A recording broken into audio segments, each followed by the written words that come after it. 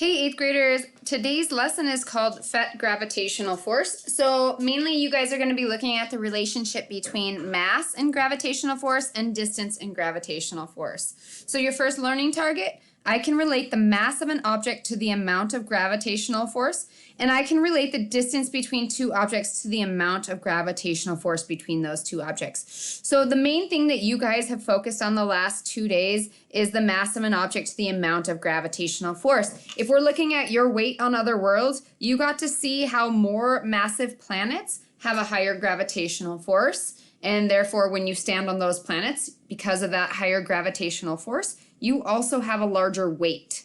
Okay, and you got to see with the gravity and orbits yesterday that when you change the mass of a planetary object, you basically increase the gravitational force, which influences the orbit of those different planetary objects. So more gravitational force means that we're going to be pulling those objects closer to us when we're concerning orbits of planets. Okay, your guys' first thing you guys need to do today is add your last little parts of notes for gravity to your OneNote.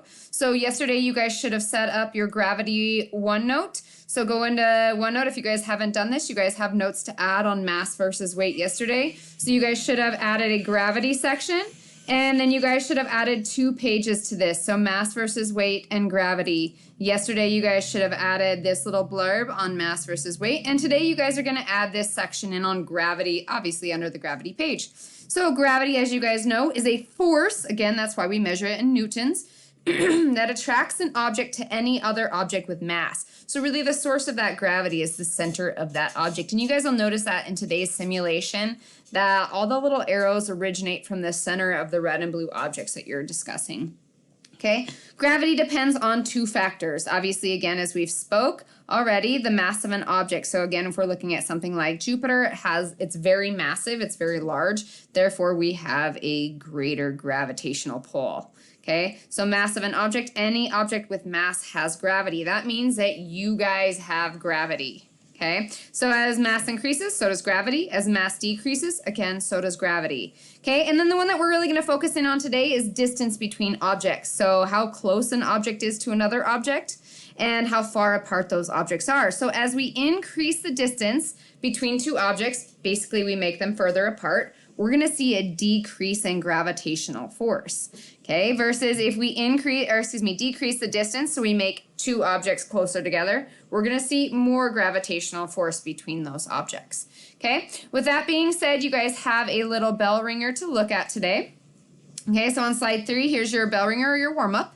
If a bowling ball and a golf ball are dropped from a building at the exact same time, which would hit the ground first? So you guys are going to tell me either the bowling ball or the golf ball, and then you're going to answer why. Okay, once you guys have answered that question, you guys will go ahead, right-click, and watch this video right here called Falling Balls, A Moment of Science. It's about 2 minutes long. And then answer this question.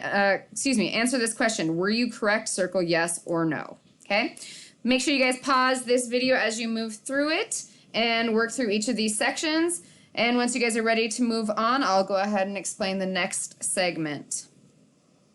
Okay, so this next part that we're going to look at compares mass and gravity. So for the rest of this assignment, you guys will need this pHet gravitational force link. So go ahead, right-click that, open it up, and it's going to pull you into this web page right here where you guys see these little humanoids holding a blue object or a red object.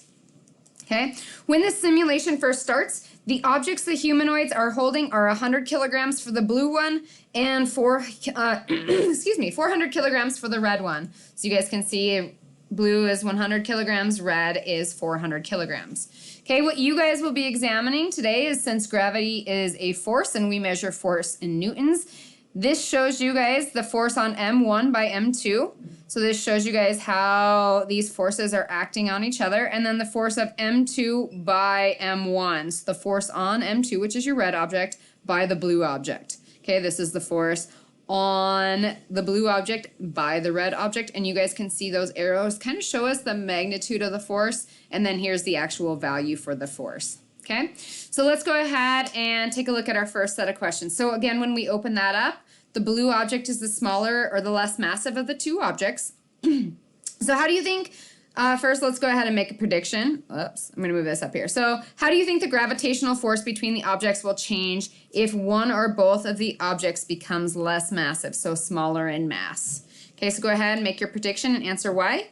And then we're going to go ahead and mess with the mass of those objects. So, if we go back to our simulation here, the question asks us, what is the size of the force of the red object on the blue object? And what is the size of the force on the blue object of the red object? So notice that there is a decimal point here. So because these are humanoids and they're fairly small objects, they're only 100 kilograms, we're going to see a very small force, but there is a force there.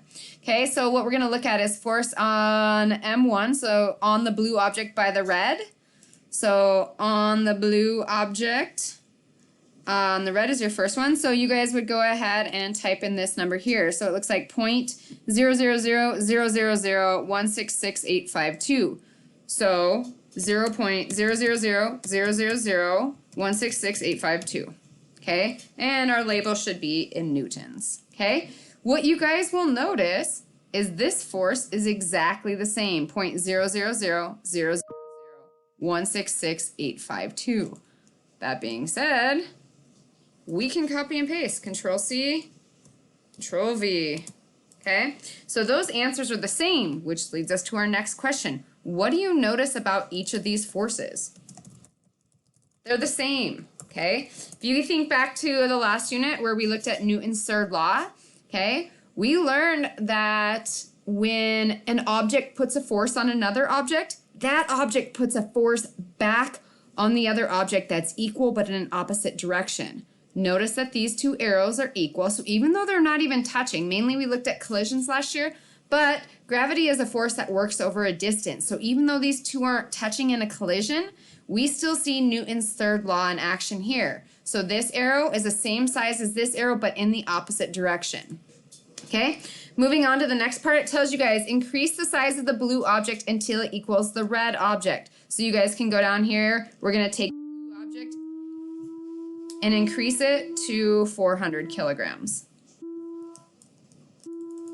There we go. So it scrolls by tens if you guys use the little blue slider, and then the arrows go individually. Okay, now you guys can compare and write the forces. So 0.000000667,408 newtons. You guys would plug that in right there. And then look, the same number right there. So even though we increase the size of the blue object, these two arrows are still equal in size. These two values are still equal in size, but they're in opposite directions. So again, gravity works over a distance. It's not like what we talked about with Newton's law in the last chapter where they had to be touching each other or in a collision. Because there is a force acting on one, there's also an equal and opposite force acting back on the other. Okay, so go ahead and record those numbers and then answer this question. What happens to the gravitational force when the mass of the blue object gets larger? So use your draw tool to circle either increases, decreases, and stays the same. Okay, make sure you guys use a visible color, one that I can see that doesn't blend in. So black, probably not a great color. Okay, go ahead and decrease the size of the red object till it's half the mass of the blue. Right now, our blue object is 400 kilograms, so take your red object down to 200 kilograms.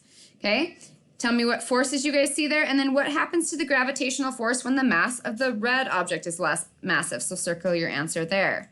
Okay, this one I wanted to explain to you guys. It says try changing the mass of the objects in relation to each other. So if you increase the blue object, increase the red object. If you decrease the red object, decrease the blue object. So whatever you do to one, do the exact same to the other. And then observe those arrows, okay? It's probably easiest to look to see what happens with those arrows. Okay, the only thing you guys should be changing is the mass of the objects at this point. We're gonna look at distance between those two objects here in a second. Okay, so what is the size of the force of the red object on the blue? Tell me what you guys see. What is the size of the force of the blue object on the red? And then what general rule could you guys write to explain how gravitational force changes with mass? So if you increase the mass of any of the objects, what happens to the gravitational force? If you decrease it, what happens to the gravitational force? Okay? Finally, answer these two wrap-up questions on mass versus gravity. If the moon were twice as massive as it is, it's about 1/6 the mass of Earth as it stands right now, how would that change the gravitational pull on Earth? So if we were to give a value to that, what would happen to that if we made the moon more massive? Think about what you guys learned yesterday. And then what do you think would happen to the pathway of, or orbit of the moon. So again, think about what you guys learned yesterday when you guys changed the size of those different planetary objects and what happened to their orbits. Okay, next part of this, we're going to look at distance versus gravity. How do you think the gravitational force between the objects would change if the objects move closer to each other? So make a prediction. What do you think is going to happen to the gravity and why? Okay, so in this, what you guys will notice is that these arrows originate from the center of these objects. So really, if we're looking at the center of an object, that's where gravity should be the highest. So that's, again, where these arrows of force are originating, is from the exact center of those objects. Okay, so change both the objects' masses to 50, so we're going to make them both the same size. And on this one, we're going to experiment with changing the distance of these objects.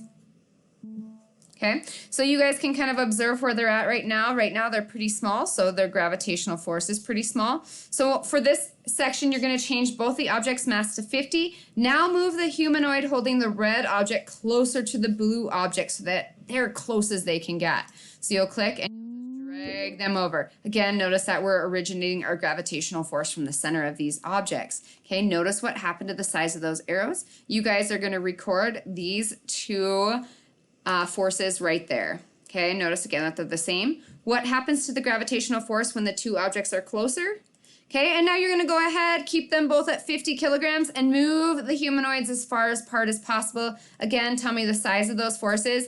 And then what general rule could you write to explain how gravitational force changes with distance? So if two objects are closer together, what does that do to the gravitational force? If they're further apart, what does that do to the gravitational force? If you're still not sure, mess around with this. See what happens to the size of the arrows.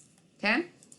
And finally, if the moon were located twice as far from the Earth as it is now, right now the moon's about 238,855 miles away, okay, on average, how would that change the amount of gravitational force between the moon and the Earth? So you guys are going to move that moon again twice as far away, so twice as far as 238,855 miles. Okay, and what do you think would happen to the pathway or the orbit of the moon? Again, think about what you guys learned in that activity yesterday. Okay, and then to close out this assignment, you guys have some wrap-up questions. Gravity is a force that can be changed. Circle true or false. The bigger an object is, the smaller the force of gravity. Circle true or false. As one object gets closer to another object, the force of gravity will increase. Circle true or false. And the sun has a greater gravitational force than Jupiter. Circle true or false. Think about why you guys would know that, or what evidence you guys have, or what you guys know about the solar system that proves that you're right for that question. Okay? These two, circle which pair has the greatest gravitational force. So you're either going to circle figure A or figure B, and then don't forget to explain why. Same with this one, circle which pair has the greatest gravitational force, either figure C or figure D, and don't forget to explain why.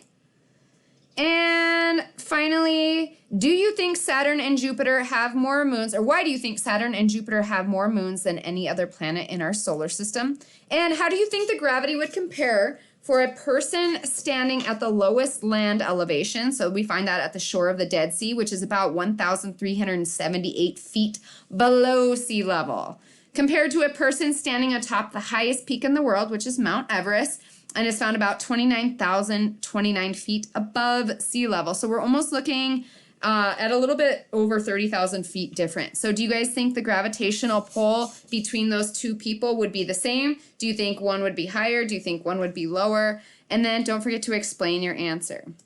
Your exit ticket for today, if you guys are in class, you guys are going to tell me this on the way out. But if you guys are working from home, which most of you are, if you're listening to this video, you guys can just go ahead and circle your answer. If a hammer and a feather were dropped at exactly the same moment, which would hit the ground faster?